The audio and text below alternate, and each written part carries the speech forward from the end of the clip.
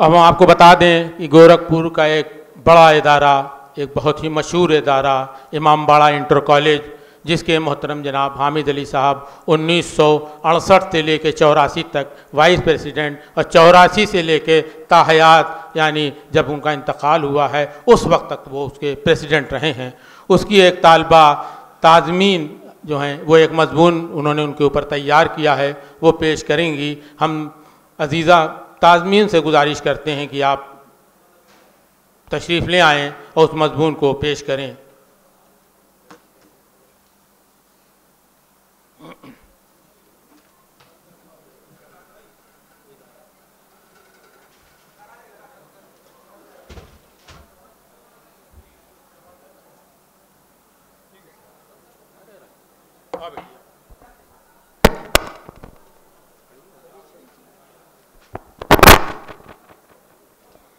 जनाबे सद्र, मेहमान ख़ुसूसी, स्टेज पर मौजूद जलवा अफरोज़ मेहमान ज़ीवकार और मुअज़्ज़िज़ सामाईन कराम, अस्सलामु अलैकुम।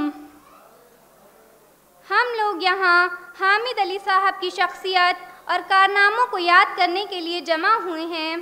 मैं एक तालिब इल्म उनके जैसे आला शख्सियत पर लब कुशाई की जुर्रत कर रही हूँ। आपसे दुआ की दरख्वास्त है। मुअज़्ज़िज़ सामाईन कराम, जनाब हामिद अली साहब की ज़ात आला सिफ़ात न सिर्फ गोरखपुर बल्कि मशरक़ी उत्तर प्रदेश के जाने माने ख़ानदान से ताल्लुक़ रखती है।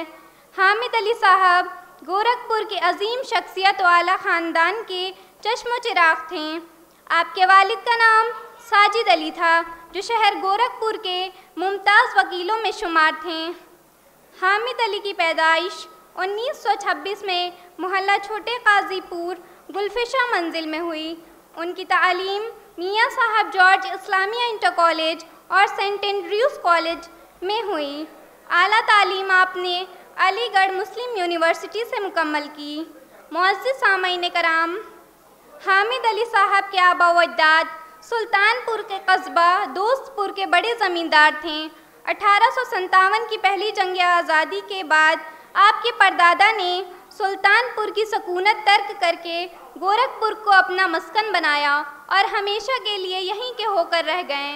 मुअज़्ज़िज़ सामाईन कराम, हामिद अली साहब के परदादा महबूब अली साहब गोरखपुर के अदालत दीवानी में वकील थे। आपके दादा जनाब अमजद अली साहब ज़िला बस्ती की अदालत में सरकारी वकील थे और आपके वालिद जनाब साजिद अली साहब भी गोरखपुर के अदालत दीवानी में नामी ग्रामी वकील की हैसियत से काम करते थे। उनकी काबिलियत की बिना पर उस वक्त के यूपी हुकूमत ने उन्हें ऑनररी स्पेशल मजिस्ट्रेट बनाया। वह पूरी मुद्दत तक उसी ओहदे पर फायज रहे। मुअज़्ज़िज़ सामाईन कराम, हामिद अली साहब बहुत से खूबियों के मालिक थे जो उन्हें विरासत में मिली थी, जिनका ज़िक्र करना लाजमी है। हामिद अली साहब उर्दू ज़बान और अदब से मोहब्बत और लगाव रखते थे। दरअसल उनके अंदर उर्दू ज़बान को फ़रोग़ का जज्बा कार फरमा था। वे जहाँ भी रहें उन्हें उर्दू ज़बान की तालीम का ख़ास ख्याल रहा। इदारों के ज़िम्मेदारों से वो अक्सर कहा करते थे कि उर्दू ज़बान की तालीम को अव्वलियत दिया जाए, उस ज़बान को फ़रोग़ मिलना चाहिए, क्योंकि यही वो ज़बान है जिससे हमारी तहज़ीब वाबस्ता है। मुअज़्ज़िज़ सामाईन कराम, हामिद अली साहब की एक ख़ास खूबी ये भी थी कि वे किताबों के बहुत शौकीन थे। ज़माना तालिब इल्मी से ही वह उर्दू अखबारात और रसायल ख़रीद कर पढ़ते और उसे महफूज रखते थे। उन्होंने अपने घर में एक लाइब्रेरी आरास्ता की है, जिसमें जदीद और कदीम दौर की किताबों का और रसायलों का ज़ख़ीरा मौजूद है, जिससे तालिब इल्मों ने इस्तिफ़ादा किया और आने वाली नस्लें भी हामिद अली साहब की किताबों के ज़ख़ीरे से फैज़याब होती रहेंगी इंशाअल्लाह। मुअज़्ज़िज़ सामाईन कराम, हामिद अली साहब अमली ज़िंदगी में निहायत शफ़ीक़, मिलनसार और मुखलिस इंसान थे। अपने मुलाकातियों और मेहमानों के साथ इखलास और इखलाक से पेश आना उनका शेवह रहा है। उनकी शख्सियत फ़िरासत, तदवीर, बसीरत, तफक्कुर, सरवत, क़ुव्वत, हैबत, हशमत اور احباب نوازی، وفاداری، سادہ لوحی اور جاہ و جلال کا ایک بے مثال نمونہ تھی۔ بچوں کے ساتھ بھی وہ بہت ہی محبت اور شفقت سے پیش آتے تھے۔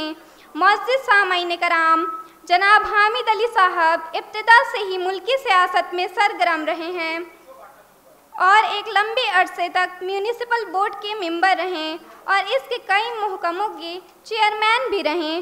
شہر کے متعدد تعلیم اور سیاسی تنظیموں کی سرپرستی کی اور قوم و ملت کی فلاح و بہبود کے لیے ہمیشہ سرگرم عمل رہیں۔ شہر گورکھپور میں ان کی عوامی، فلاحی، تعلیمی، سیاسی اور ادبی خدمات ناقابل فراموش ہیں۔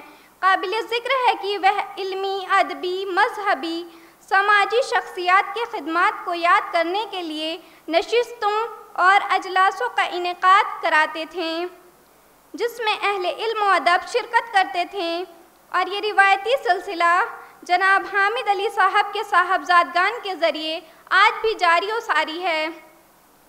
معزز سامعین کرام، محمد حامد علی صاحب جب تک حیات رہیں ادب کی خوشبو بکھیرتے رہیں اور گئے تو ادب کی اس وراثت کو اپنے فرزندوں میں منتقل کر گئے۔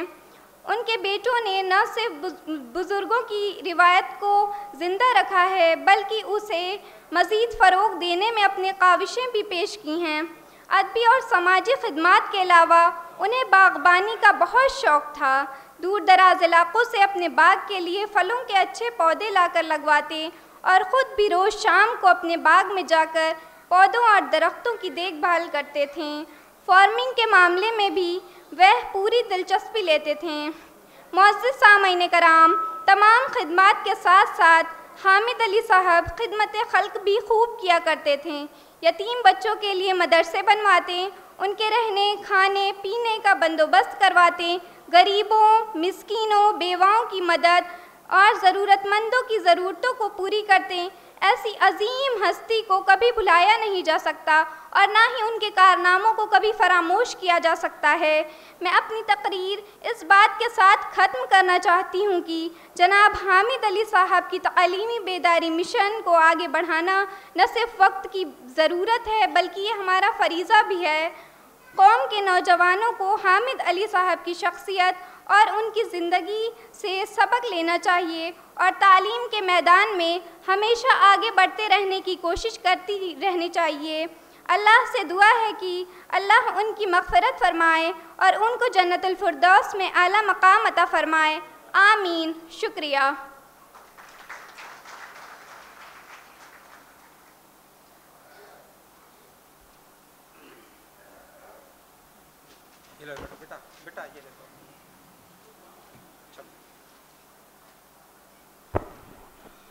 بہت بہت شکریہ آپ کا ہے، آپ نے ایک گراں قد مقالہ پیش کیا۔